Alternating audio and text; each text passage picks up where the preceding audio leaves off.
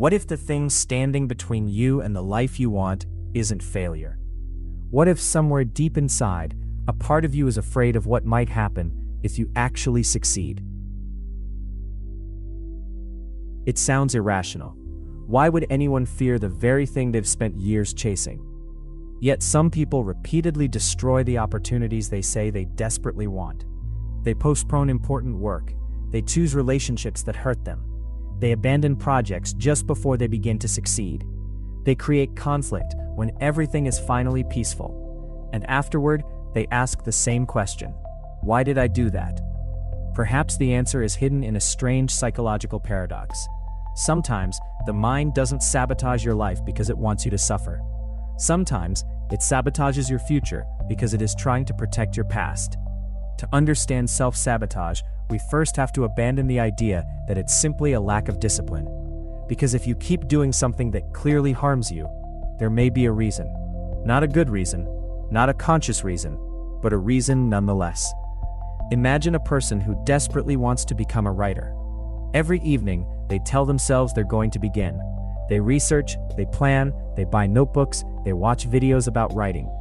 But when the moment comes to actually write, they suddenly feel tired. Tomorrow seems better. Then tomorrow becomes next week. Eventually the person concludes, I'm lazy.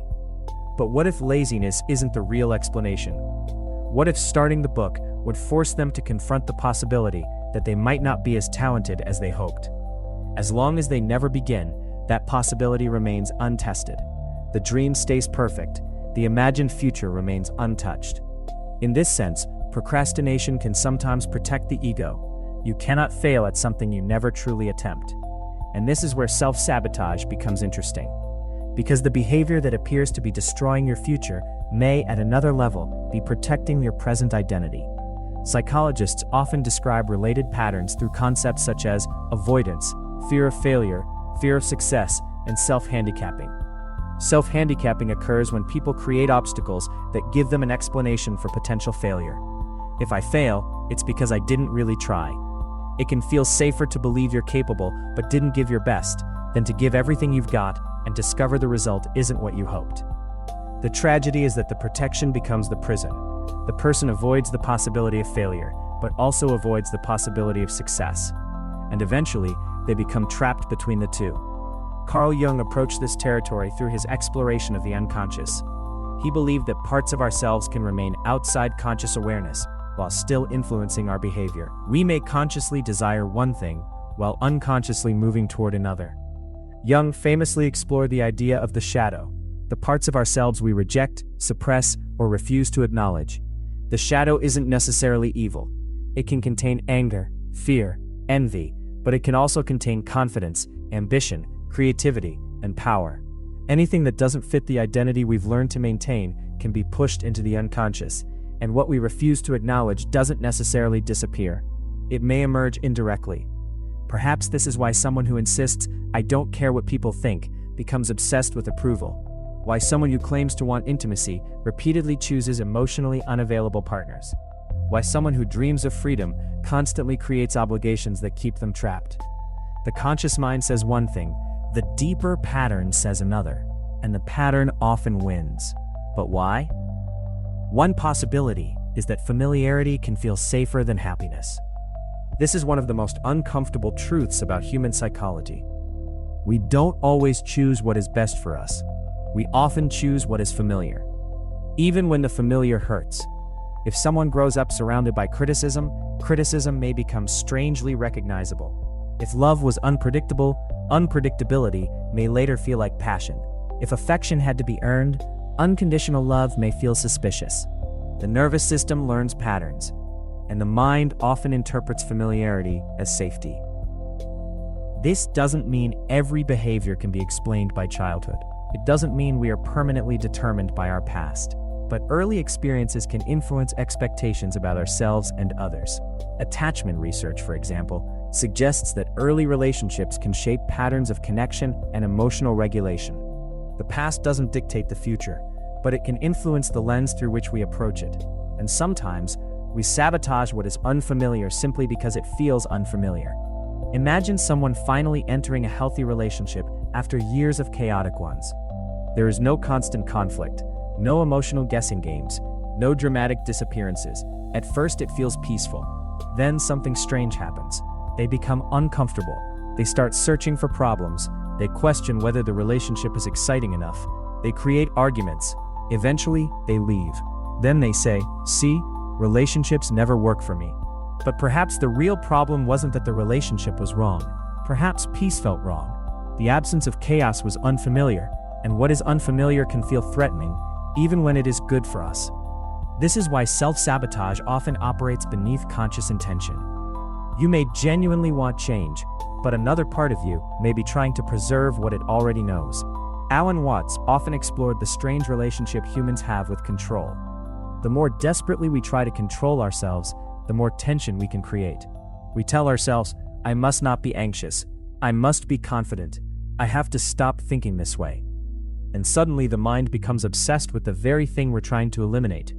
Something similar can happen with self-sabotage. The harder you fight against a pattern without understanding it, the more mysterious the pattern becomes. Perhaps the better question isn't, "How do I stop sabotaging myself?" Perhaps it's, "What is this behavior protecting me from?" That question changes the entire conversation. Procrastination might be protecting you from judgment. Perfectionism might be protecting you from vulnerability. Overthinking might be protecting you from uncertainty. People-pleasing might be protecting you from rejection. And constant busyness might be protecting you from silence. The behavior is the surface. Underneath it is often a fear, and beneath the fear, a belief. I am not enough. I will be abandoned. If I fail, I am worthless. If I succeed, people will expect more from me. I don't deserve good things. These beliefs can become so deeply embedded that we stop recognizing them as beliefs. They begin to feel like facts, and once a belief becomes part of your identity, changing it can feel almost like losing yourself. This may explain why people sometimes return to the same patterns, even after gaining insight. Knowing something intellectually isn't always enough. You can understand exactly why you procrastinate, and still procrastinate. You can know that a relationship is unhealthy, and still miss it. You can recognize your fear, and still feel afraid. Awareness is the beginning, but the pattern often changes through repeated experiences that contradict the old expectation. You take the risk. Nothing terrible happens. You speak honestly. The relationship survives. You set a boundary. The world doesn't collapse. You allow yourself to succeed. And slowly, the mind begins to learn. Maybe I am safe here. This is where Viktor Frankl's perspective becomes relevant. Frankl argued that human beings retain a degree of freedom in how they respond to circumstances, even when circumstances themselves cannot be controlled. The past may explain you, but it doesn't have to completely define you. There is a space between the impulse and the action. That space may be small, sometimes almost invisible, but it exists, and every time you notice it, you have an opportunity. The opportunity isn't to become a completely different person overnight. It's to interrupt the automatic sequence.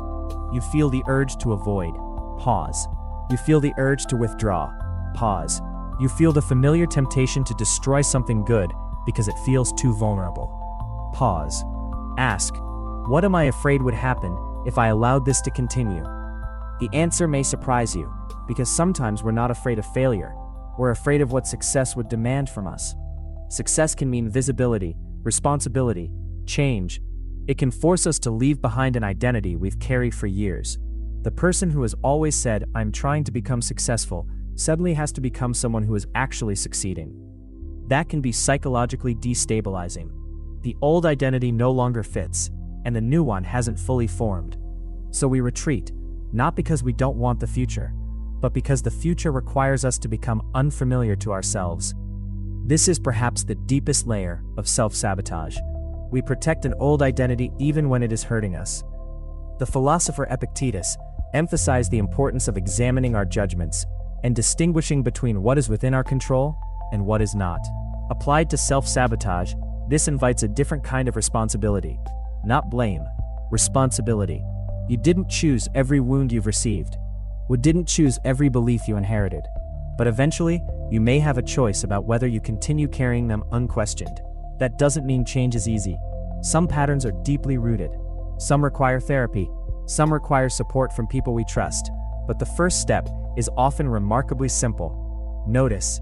Notice what you repeatedly do when something good begins to happen. Notice what you do when someone gets close. Notice what happens when you're praised. Notice the moment you begin succeeding. Notice the excuses that suddenly appear. There may be a pattern hiding in plain sight, and once you see it, you can finally begin to ask a different question. Not, why am I broken? But, what is this part of me trying to protect? Because perhaps your self-sabotage isn't proof that you're weak. Perhaps it is evidence that somewhere inside you, an old survival strategy is still doing the job it was once designed to do. The problem is that the environment has changed, the danger has passed, but the strategy remains. And maybe healing isn't about destroying that part of yourself. Maybe it's about showing it that it no longer has to be in control. You don't have to fight yourself into becoming someone new. You may simply have to become conscious of the person you've been unconsciously protecting. And then, slowly, choose differently. The next time you catch yourself standing at the edge of something you truly want, notice the hesitation. Don't judge it. Don't immediately obey it. Just listen, ask what it's afraid of, and perhaps, beneath all the noise, you'll discover that the thing holding you back was never really trying to ruin your life. It was trying to keep you safe. The question is, are you still living in the world that part of you was created to survive?